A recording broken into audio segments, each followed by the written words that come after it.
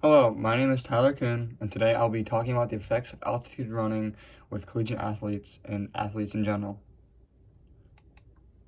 Alright, so we're going to start with the background. What is altitude running? Anything above 5,000 feet is considered high altitude training by elite athlete standards, and for good reason.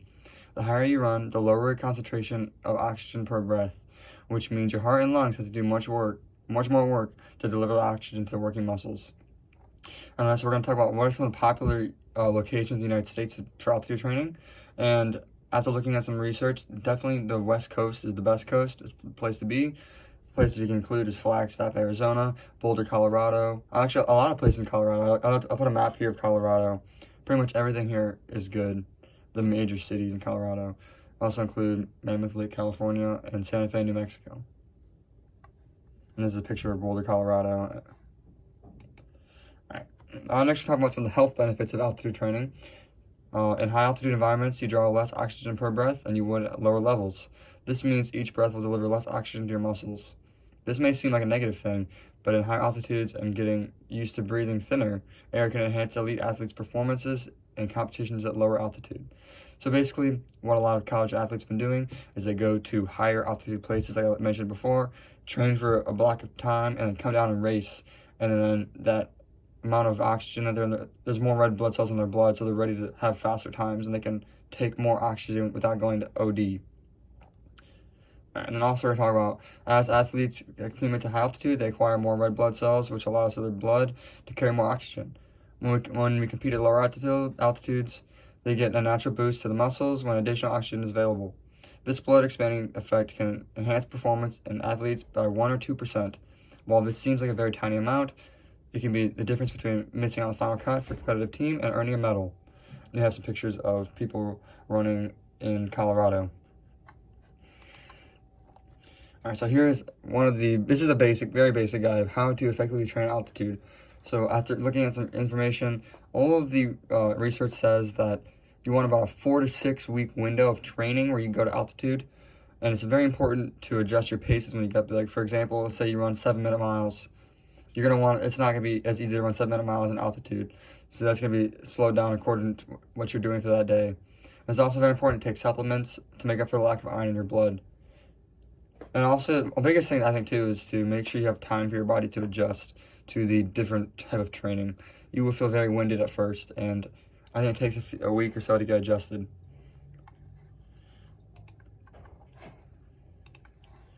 Alright, and then let's talk about what schools take advantage of this. And honestly, I'd say most of the top programs in the country choose to train at high altitude to get most out of their athletes.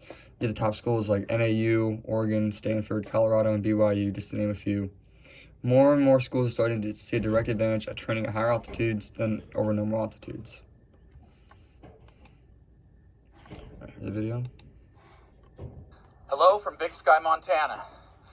I'll start by apologizing for yesterday's vlog getting cut short. We're having real technical difficulties uploading these videos because as beautiful as these mountains are behind me, they prevent a decent cell signal, and there's not a lot of great Wi-Fi up here. So this is going to be the challenge of today's vlog. I've got to do the entire thing in one shot, and hopefully I'll be able to upload this video to Jake and have him turn it around before the end of the day. So here we go. One shot. Today's vlog.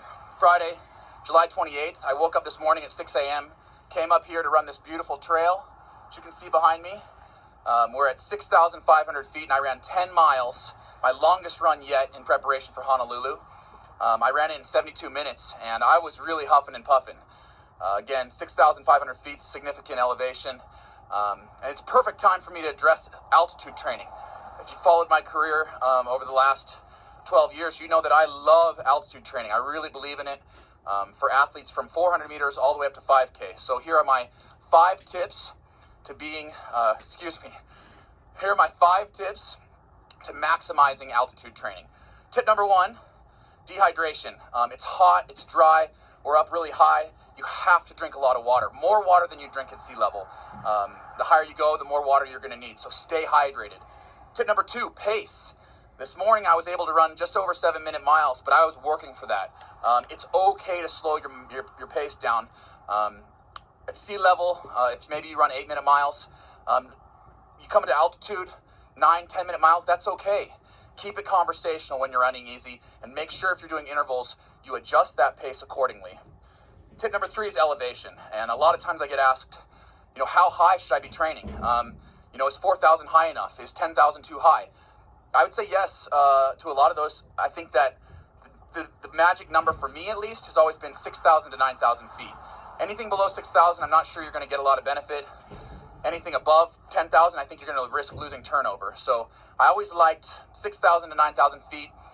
If I had to be away from home, away from my family, spending money at altitude camp, then for me to get the most bang out of my buck, I'd rather be at 8,000 or 9,000 feet. That's just me. Tip 4 goes directly hand in hand with elevation. How long should you be up for? The science is pretty clear on this. 4 to 6 weeks. Anything less than that, you're not really going to maximize the return. Anything more than that, and you've kind of already plateaued. So if you look at the science behind it, as you spend time at altitude, you create more red blood cells. You see this nice boost in red blood cell count from about 4 to 5 weeks in. Anything over that, you're plateauing.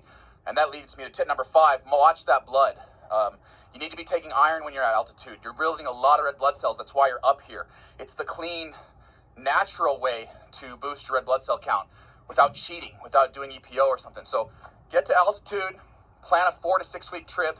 Make sure you test your blood before and after. I strongly recommend doing both of those things. And take iron. That's what I've always done. I think the altitude certainly helped me be a better 800-meter runner. And it really, really helped me in the mile and in college for the 5K and 8K. So, all right, that's a short, quick one. This vlog's getting tough as I'm on the road. I go back to Eugene on Sunday, and I'll have a new vlog for you Monday from Eugene. Thank you guys for tuning in. I'm going to go explore this beautiful state of Montana a little bit more. See ya. Hello from Big Sky, Montana. Alright, so I just wanted to watch that video explain the video before we move on a little bit. So that's Nick Symmonds talking. He is a Olympic medalist, United States, in 800 meters. Very, very successful career, very influential runner, very well known, and he knows his stuff about just about anything when it comes to running. And he's one of the examples, or a really good example of an athlete who took advantage of altitude training. And he's mentioned other videos where he would go before big meets and get in a 4 to 6 week window. Like pretty much all the points he was saying is exactly what I found in my research too. So he definitely knows his stuff about that. And I think it's really cool to just get a good source explaining the next level of what I was trying to say. Alright, so let's also talk about some of the disadvantages of altitude training. It can be very expensive. You need to book a 4 to 6 week trip. That's a long vacation. And also another big thing is altitude sickness. Some people have a hard time adjusting to the higher altitude, and they need more time for their body to adjust without getting sick. And then also, it is very difficult to train due to lack of oxygen. Like you're up super high in the air. Like the elevation is like insane, 6,000 feet. I think people don't really realize how high up that is. And then due to the fact that training intensity has to reduce when the performer trains altitude due to the decreased availability of oxygen. And another thing is benefits can be quickly lost. So that's why some people don't really like it as much, because you lose the amount of red blood cells. It goes back to normal really quickly once you go back down to sea level. And that's why it's important to line up with like a good race, like a big race right before you come back down. All right, in conclusion, altitude training is one of the latest fads of the distance running community. Runners from all over the world are heading up to places above sea level to maximize their red blood cell count. In my opinion, there may be some potentially harmful consequences if you don't take every precaution when running so far above sea level. But if you're looking for an effective way to give yourself advantage over the rest of the field, I would 1,000% recommend doing some training at altitude. All right, that is my works cited. I want to thank you for listening to my presentation, and I hope you have a good one.